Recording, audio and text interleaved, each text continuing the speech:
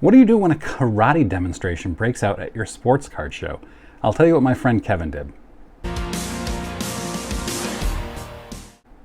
Hey, it's Mike. Thanks for tuning back in. So this morning, I went out to breakfast with my friend Oliver, another good friend.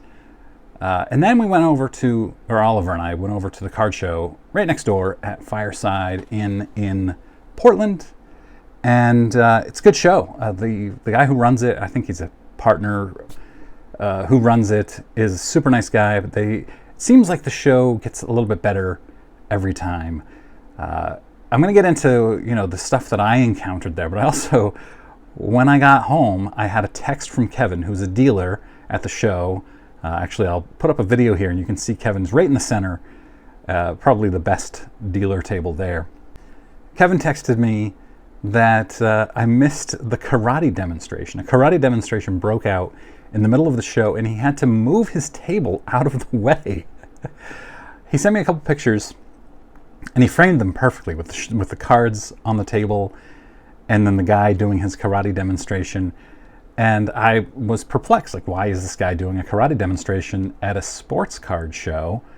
And it must have been 5 minutes after I left, so I really wish I had seen it. I would have gotten video of it. But Kevin said that he is a longtime friend of the two guys who run the show, Bob and Walter. And Kevin didn't know why he did a karate demonstration, but Kevin said he was legit. Apparently a very highly ranked karate martial artist, I guess. I don't know what you call somebody who practices karate. And he apparently used a staff at some point too, so I wish I had seen it. It's bizarre that somebody's doing karate in is that called a gi, the outfit that they wear at a sports card show. But hey, anything unusual, I'm all for. So I thought it was really cool. I wish I had been there for it. It's a pretty small room. Somebody told me how many tables there were once. It's like 50-ish in one room at the Fireside Inn in Portland. But anyway, good show. I ran into two YouTube subscribers there, both named Steve, conveniently. Both great guys. I've run into both of them many times. So I actually brought $0 to the show. I had no intention of buying anything because I'm saving up for the National. Walked around. There's one guy who has the best table every time. If you're familiar with the show, you walk in, go to the right, and he's against the wall to the right. He has a lot of vintage basketball. And so he's got a Burke Ross Bob Cousy, and he's had it for quite a few months now. I did a video over the winter, I think, where he had it. And he still has. I brought it. I said, "Oh, you had the Burke Ross Cousy," and he pointed to it. Says, "Still got it." And strangely, he's increased the price of it, but he hasn't sold it in however many months. Definitely a card I would love to have at some point, but not today. He's got a great table. A lot more vintage at the show today, and usually there's a lot of vintage from the 70s, but I'm talking 1950s vintage, which is much more my jam these days. 1950s.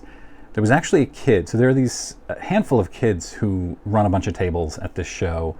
I've bought from them before. Great great dealers. And when I say kids, I mean they're probably teenagers.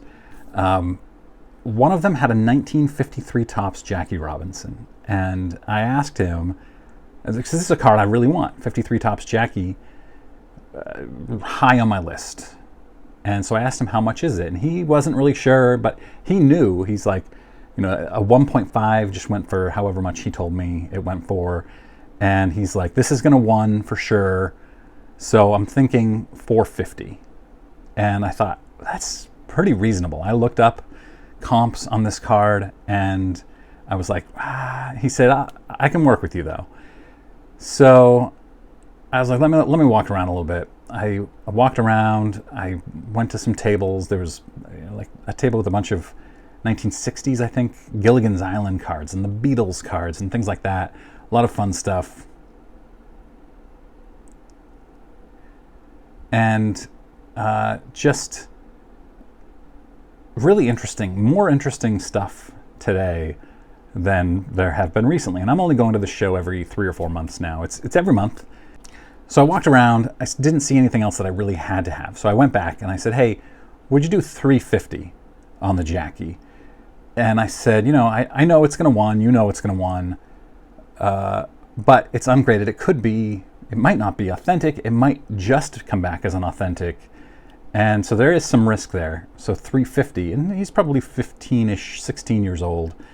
And he was like, ooh, I don't think so. I'd want at least 400 for it.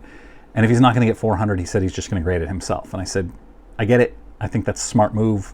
I would get it graded because you never know, there might be some upside there. It might come back a 1.5 or a 2. So smart of this kid to not sell it at a reduced price, even though he could have gotten 350 for it today. But then he also had a Marcelo Mayer, who is a AA prospect for the Red Sox, one of their best prospects, in-person autograph. And I have quite a few of Mayer's autographs. And this guy and his friends go to Sea Dogs games and get the Sea Dogs to sign cards for them. And I've bought some of these off of them in the past. And he was telling me he had a picture of Mayer signing this card, so it seems legit to me. The autograph looks good too. And he talked about how Mayer used to sign a lot more last year than he is now. So I found that interesting. And it's a purple first Bowman in-person autograph. I didn't think it was numbered because the other Mayer card right next to it, and I'm pretty sure it was the same year, had the number right on the front. This one didn't, and so I thought, well, this isn't numbered, but that's okay. But on the back, sure enough, it is numbered to 250. I don't know if you can see that because of my lighting here. There we go. Numbered to 250, Marcelo Mayer, and it looks great. I'm going to hang on to this. I don't get these graded or authenticated until I feel like they are legit. They aren't prospects anymore, but they are legit.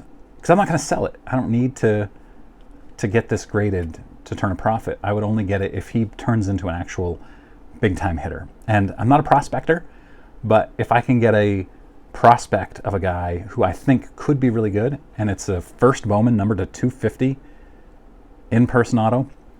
Now, how much would this go for? Pack pulled autograph. It's the same autograph, you guys. Well over $100 is my guess. I haven't looked it up yet. I'll actually look it up during the editing process, and then I'll put it in here. My guess is this card, pack pulled autograph, is well over $100. So I actually didn't find any, but what I did find was that a raw without an autograph just sold for $35. So I figure an extra $5 for the autograph was a pretty darn good deal. So I probably saved $100 on this.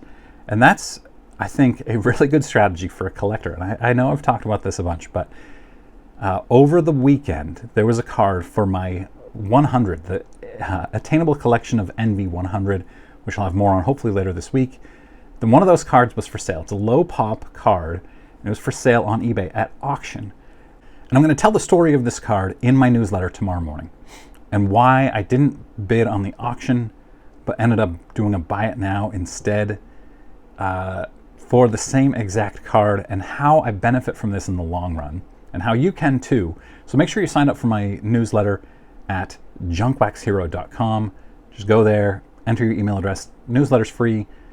Hoping to release my newsletter tomorrow morning with this story and some other things included as well. That about does it. Let me know what you think about any of these things in comments, and I'll be back with some LCS visit videos later this week. Thanks for watching.